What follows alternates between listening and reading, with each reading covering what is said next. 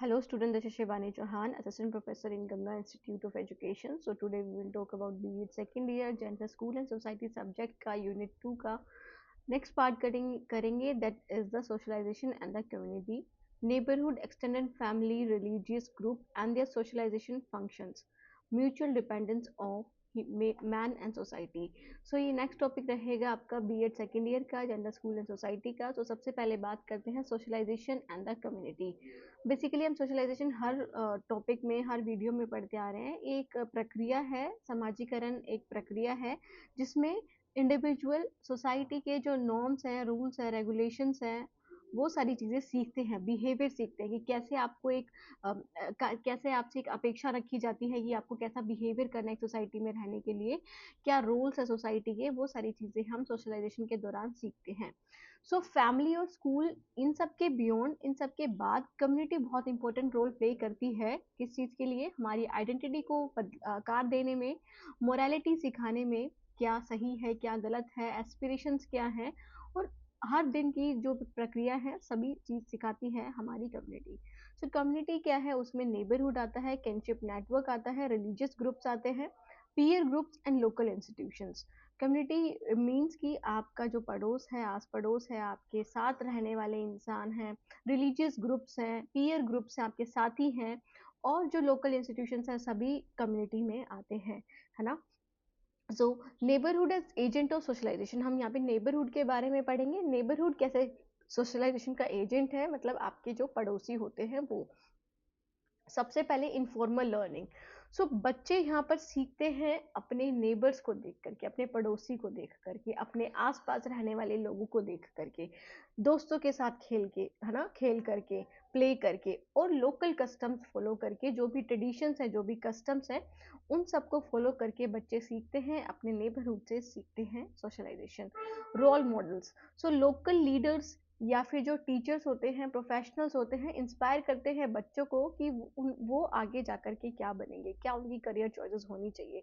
Like आपके neighbour में बहुत अच्छा आईएएस ऑफिसर रहता है तो आप भी चाहोगे कि हाँ हमें भी आईएएस ऑफिसर बनना है, या फिर आपके नेबर में कोई बैंक मैनेजर रहता है तो आप भी चाहोगे ना, ऐसे आप इंस्पायर होंगे लोकल लीडर्स से, टीचर्स से, या फिर जो भी प्रोफेशनल्स है वो, है ना, करियर चॉइसेस और वैल्यूज के लिए। सो कंट्रोल एंड सपोर्ट की बात करें तो community watches children, reinforce norms, what will people से। हमने हमेशा हर बात में देखा है, सुना भी अपने पेरेंट्स से कि लोग क्या कहेंगे, है ना। सो हम हमारी जो कम्युनिटी है वो बच्चों को देखती है, बच्चों को देखती है कैसे वो बिहेव कर रहे हैं, और फिर उससे हमारे नॉर्म्स बनते हैं। लाइक हम कुछ गलत करेंगे तो हमसे यही बोला जाएगा कि आप ये गलत कर रहे हो, लोग क्या कहेंगे, आप आस पड़ोस क्या कहेगा, सोसाइटी क्या कहेगी। सो इंडियन कॉन्टेक्स्ट की बात करें तो जैसे नेबरहुड होता है वो बहुत ज़्यादा इन्फ्लुएंस करता है हमारा बिहेवियर पैटर्न, कि कैसे हम बोलते हैं, कैसे हम दूसरों के साथ बिहेव करते हैं, हमारी लैंग्वेज, हमारे मैरिज नॉर्म्स, ओके, और सोशल मोबिलिटी, सारी चीज़ें क्या करते हैं, ये सब हमारे जो नेबर है ये इन्फ्लुएंस करता है। हम हमारे सोसाइटी में कौन लोग हैं, ओके, और मैरिज नॉर्म्स क्या रहेंगे, तो वो नेबरहुड एक तरह से तय करता है, नेबरहुड के थ्रू हम सीखते हैं। जैसे अगर किसी ने लव मैरिज की है आपके नेबर में तो आपको भी लगेगा कि हाँ ठीक है ये हो सकता है, नहीं की है, सब बहुत स्ट्रिक्ट है, तो हम मतलब हमारा परिवार भी, हम भी अफेक्ट होंगे कि अच्छा ये तो बहुत स्ट्रिक्ट है, लोग क्या कहेंगे, वो वाला सिस्टम चल जाएगा। ओके। सो समाजीकरण और समुदाय। समाजीकरण क्या होता है, समुदाय क्या होता है, ये आप समझ चुके हैं, बाकी हिंदी मीडियम वाले यहाँ से देख सकते हो और अपने नोट्स बना सकते हैं। Next is extended family as agent of socialisation. तो एक्सटेंडेड फैमिली कौन होते हैं? Parents, grandparents, uncles, cousin और आंट्स, है ना। ये बहुत ज़्यादा इंपॉर्टेंट रोल प्ले करते हैं हमारे गाइडेंस में, कि कैसा हमारा व्यवहार होना चाहिए, हमें सिखाते हैं, है ना। मम्मी पापा नहीं सिखा पाते जो चीज़, वो सिखाते हैं। तो फंक्शंस क्या हैं, हमें बड़े बूढ़ों की रिस्पेक्ट करना सिखाते हैं, हमारे रीति रिवाज, रिचुअल्स क्या हैं हमारे, है ना, कैसे हम पूजा पाठ करते हैं, त्योहार कैसे मनाते हैं, कैसे हमें दूसरों की बड़ों की रिस्पेक्ट करनी है, हमारे मैरिज रिचुअल्स क्या होंगे, कैसे हमारी शादी होगी, कौन लोग होंगे, कैसे होंगे, और कैसी हमारी एजुकेशन होगी, सारी चीज़ें सिखाते हैं। तो शेयर चाइल्ड केयर, तो जो हमारे एक्सटेंडेड फैमिली होती है, इट मीन्स कि जो आगे अंकल आंट होते हैं बेसिकली, वो सिखाते हैं कलेक्टिव अपब्रिंगिंग, साथ मिलकर के सिखाते हैं, है ना, साथ मिलकर के बच्चे को बड़ा करते हैं, बच्चों को रूल्स रेगुलेशंस और नॉर्म्स सिखाते हैं। So transmit caste, clan, kinship obligation, तो जो हमारी कास्ट है वो ट्रांसमिट होती है हमारे पेरेंट्स से आगे, फिर हम आगे करेंगे। किनशिप कैसी होनी चाहिए, मतलब जो आगे के लोग हैं वो कैसे होने चाहिए, तो वो सारी चीज़ें हमें बताई जाती है, हमें दर्शाई जाती है हमारे एक्सटेंडेड फैमिली के थ्रू। सो इम्पैक्ट क्या होगा, stability, continuity of values, but can also reinforce patriarchy. तो इससे हम रूल्स रेगुलेशन तो सीखते हैं, साथ ही साथ हमारी जो सोसाइटी में पितरात्मक सत्ता है वो भी एनकरेज होती है, वो भी री इन्फोर्स होती है, वो भी बढ़ती है। क्योंकि जो मोस्टली जो डिसीजंस होते हैं वो मेल मेंबर, सुपीरियर जो सबसे बड़ा मेल मेंबर है, एल्डर मेल मेंबर, उसके द्वारा ही लिए जाते हैं, उसी की ही बात मानी जाती है। ट्रेडिशनल हायरार्कीज चली आती हैं, तो ये सारी चीज़ें हमें देखने को मिलती है, जो चला आ रहा है वही चला आता रहता है। एग्जाम्पल जैसे रूरल इंडिया में, जैसे गांव में क्या होता है कि जॉइंट फैमिलीज बेसिकली होती है यहाँ पर, और जो बच्चों की मैरिज के लिए खुद ही फैसला करते हैं कि कहाँ पर होनी चाहिए, कैसा परिवार होना चाहिए। बच्चों का कोई भी एग्रीमेंट हो या ना हो, वही डिसाइड करेंगे। ऑक्यूपेशन क्या होगा, लाइक लड़की क्या कर सकती है, लड़के क्या कर सकते हैं, वो एक तरह से डिसाइडेड कर दिए जाते हैं जॉइंट फैमिलीज में, किसके द्वारा, जो मेल सुपीरियर होता है या फिर जो एल्डर मेल होता है। जेंडर रोल्स की क्या अपेक्षाएं करी जाएंगी आपसे, वो सारी चीजें डिसाइड कर दी जाती हैं। So next is religious group as agent of socialisation.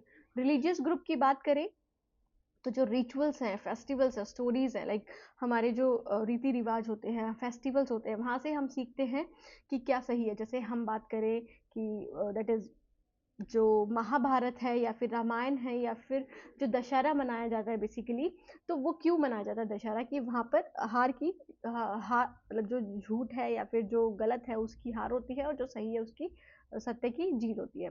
तो बेसिकली हमें उसके थ्रू मोरल कोड सिखाए जा रहे हैं, क्या सही है क्या गलत है हमारे लिए सिखाए जा रहे हैं। हमारे जो बौद्धिक जो बिलीव्स होंगे वो क्या होंगे, वो सारी चीज़ें हम सीखते हैं।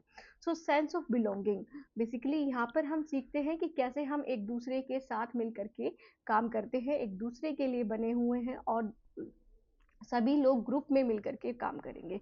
मोरल डिसिप्लिन, इट मीन्स कि री इन्फोर्स ऑनेस्टी, बेसिकली ये यहाँ पर ऑनेस्टी को री इन्फोर्स करके बढ़ावा देती है कि आप दान करो, पुण्य करो, ओके, और किसी से झूठ मत बोलो, सबकी रिस्पेक्ट करो कंपैशन के साथ, बट समटाइम ऑल्सो एक्सक्लूसिवनेस और स्टीरियोटाइप्स अबाउट अदर्स, कि अब यहाँ पर सब सही नहीं होता, कुछ चीज़ें गलत भी होती है, कुछ चीज़ें स्टीरियोटाइप्स भी बना दी जाती है। जैसे अगर हम हिंदू फैमिली हैं तो हम मुस्लिम के लिए अलग स्टीरियोटाइप बना के रखेंगे, दूसरे रिलीजन के लिए अलग स्टीरियोटाइप बना के रखेंगे, या फिर किसी दूसरे रिलीजन के फेस्टिवल के लिए अलग हम सोच रहे हैं, नेगेटिव सोच रहे हैं, तो वो सारी चीज़ें भी हो सकती है कि हम अगर हिंदू है तो हम हिंदू की प्रैक्टिस करेंगे, बाकी किसी की प्रैक्टिस नहीं अडॉप्ट कर पाएंगे, नहीं कर सकते। So Indian context, religion remains central in shaping festival, की हमारा जो धर्म है बहुत ज़्यादा इंपॉर्टेंट रोल प्ले करता है कि हम कौन सा फेस्टिवल मनाते हैं, कैसी हमारी डाइट होगी, मैरिज प्रैक्टिसेस कैसी होंगी, जेंडर नॉर्म्स कैसे होंगे। तो हमारा रिलीजन बहुत ज़्यादा इंपॉर्टेंट रोल प्ले करता है। जैसे हम मुस्लिम की बात करें तो वहाँ पर निकाह होता है, अगर हिंदू की बात करें तो शादी होती है ना। तो और दिस इज आप बात करो जैसे क्रिश्चियन की, तो वहाँ पे सेरेमनी होती है। तो बेसिकली डिफरेंट तरीके से शादी होती है हर रिलीजन में, तो ये बहुत ज़्यादा इंपॉर्टेंट रोल प्ले करता है। ये हिंदी में स्टूडेंट समाजीकरण के एजेंट के रूप में विस्तारित परिवार, माता पिता, दादा दादी, चाचा चाची, चचेरे भाई बहनों के अलावा अतिरिक्त रोल मॉडल और मार्गदर्शन प्रदान करें। कार्य क्या होता है, बड़ों, परंपराओं और रीति रिवाजों के प्रति सम्मान सिखाएं। तो ये सारी चीजें हमें देखने को मिलती हैं। Next is mutual dependence of man and society, कि कैसे एक दूसरे पर एक इंसान सोसाइटी पर डिपेंड है, कि सोसाइटी इंडिविजुअल पे कैसे डिपेंड है, इंडिविजुअल सोसाइटी पे कैसे डिपेंड है ना। तो सोसाइटी इंडिविजुअल की बात करें तो बेसिकली प्रोवाइड लैंग्वेज, जो हमारी जो सोसाइटी है उससे हम कैसे बोल रहे हैं आज। फॉर एग्जाम्पल अगर हम अमेरिका में होते तो हमारी अलग वे ऑफ इंग्लिश होती, अगर हम फ्रांस की किसी कंट्री में होते तो हम फ्रेंच बोल रहे होते। सो बेसिकली वहाँ पर लैंग्वेज का, वैल्यूज़ का, आइडेंटिटी का, सिक्योरिटी का, तो बहुत सारी चीज़ें चेंज होती हैं, अपॉर्चुनिटीज़ चेंज होती हैं। तो सोसाइटी से इंडिविजुअल बहुत ज़्यादा चीज़ें सीखता है और समझता भी है, और सोसाइटी हमें ये सारी चीज़ें देती है। इंडिविजुअल टू सोसाइटी की बात करें तो अब जो हमारी सोसाइटी है वो किस पे डिपेंड है, इंडिविजुअल पे डिपेंड है। अगर हम काम नहीं करेंगे तो सोसाइटी नहीं बनेगी, साथ मिल करके नहीं रहेंगे तो नहीं बनेगी society. So labour, contribute labour, labour देती है, आइडियाज देती है, कल्चर, नई चीजें, नई तकनीकें आती हैं, सोशल रिप्रोडक्शन होता है, साथ मिलकर के लोग काम करते हैं, साथ मिलकर के आइडियाज सीखते हैं। तो इंडिविजुअल टू सोसाइटी, दुर्खिम का कहना है कि society exist outside the individual, हमारी जो सोसाइटी है वो इंडिविजुअल के बाहर एग्जिस्ट करती है, but also with in. With in क्यों? क्योंकि अगर हम नहीं सोचेंगे कि हम सोसाइटी पर्सन है, सोशल पर्सन है, या फिर हम नहीं कुछ कंट्रीब्यूट करें, तो हम नहीं सीख पाएंगे चीज़ों को। हमें सोसाइटी नकार देगी एक तरह से, है ना। तो थ्रू नॉर्म्स और कलेक्टिव को कलेक्टिव कॉन्साइंस, तो बेसिकली इससे हम सीखते हैं सोसाइटी के बारे में। और क्योंकि हम एक दूसरे से किसी ना किसी तरह से जुड़े हुए हैं, चाहे वो नेबरहुड हो, चाहे वो रिलीजियस प्रैक्टिस हो, चाहे वो हमारा बायोलॉजिकल रिलेशन हो, तो जुड़े हुए हैं, कनेक्टेड है किसी ना किसी तरह से। गांधी के द्वारा कहा गया, true freedom of the individual lies in the responsibility toward the community. True freedom कब है गांधी जी के द्वारा? कि जब हम अपनी रिस्पॉन्सिबिलिटीज को समझे सोसाइटी के प्रति, कि हम हमारे क्या रूल्स हैं, रेगुलेशंस हैं, हमारी क्या रिस्पॉन्सिबिलिटीज है सोसाइटी के प्रति, तो वो समझेंगे, तभी एक ट्रू फ्रीडम कहलाएंगे हम, कि हम रियल में फ्रीडम, हम स्वतंत्र हैं। सो बिना सोसाइटी के मैन डेवलप नहीं कर सकता human qualities like Feral children cases जैसे हमें देखने को मिलते हैं, कि जो ह्यूमन क्वालिटीज़ हैं लाइक ऑनेस्टी, जस्टिस, ये सारी चीज़ें नहीं डेवलप होंगी अगर हम सोसाइटी में नहीं रहेंगे, तो वो एक अकेलेपन, आइसोलेशन का शिकार हो जाएगा। और बिना किसी इंडिविजुअल की कोई सोसाइटी सर्वाइव या प्रोग्रेस नहीं कर सकती। अगर कोई इंसान ही नहीं होगा तो सोसाइटी ही नहीं बन पाएगी। सो बेसिकली ये एक दूसरे पर डिपेंड है, मैन एंड सोसाइटी। ठीक है, तो ये हिंदी में है, सामाजिक व्यक्ति पर डिपेंड है, व्यक्ति समाज पर डिपेंड है। दुर्कीम के द्वारा क्या कहना है, गांधी जी के द्वारा क्या कहना है। कोई भी डाउट है तो आप पूछ सकते हैं कमेंट सेक्शन में। बाकी thank you so much for watching the video, मिलते हैं नेक्स्ट वीडियो में, तब तक के लिए take care, bye, have a nice day.